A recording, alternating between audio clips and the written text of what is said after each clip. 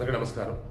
ఈరోజు భారతదేశంలో 2025 సంవత్సరంలో జరిగినటువంటి ఘోరమైన తొక్కిసలాటలు అన్నప్పుడు మొట్టమొదటిది జనవరిలో ముక్కోటి ఏకాదశి రోజు తిరుమలలో వైకుంఠ దర్శనం కోసం తిరుపతిలో టికెట్ కౌంటర్లు పెడితే అక్కడ తొక్కిసలాట జరిగింది. సేమ్ ఈరోజు కాశీబులో జరిగినట్టే బారికేడ్లు దాటుతున్న మూమెంట్లో ఒకరి మీద ఒకరు పడ్డారు.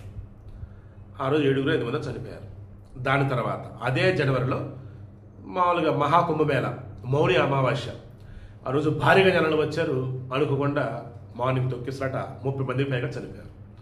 ఇదే మహాకుంభమేళకు సంబంధించి జనాలు భయంకరంగా ఢిల్లీ నుంచి వెళ్తున్న మూమెంట్లో ఆ ఢిల్లీలో ఒక ప్లాట్ఫామ్ మీద రావాల్సిన ట్రైన్ ఇంకో ఫ్లాట్ మీదకి వస్తుందని చెప్పగానే ఒక్కసారి వెళ్ళిపోయారు. తొక్కిసలాట ఆడఘోరంగా చనిపోయారు.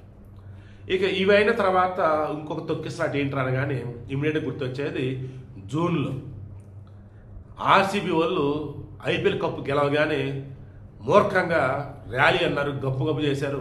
అక్కడ తొక్కిసలాట అక్కడ దారుణంగా చనిపోయారు. ఆ తర్వాత మొన్న టీవీకే తమిళగా పెట్టిన కలగం ఎవరిది విజయ్ది ర్యాలీ. ఆ ర్యాలీలో ఆ తొక్కిసలాట ఆ సభలో అక్కడ తొక్కిసలాట ఆడ చనిపోయారు.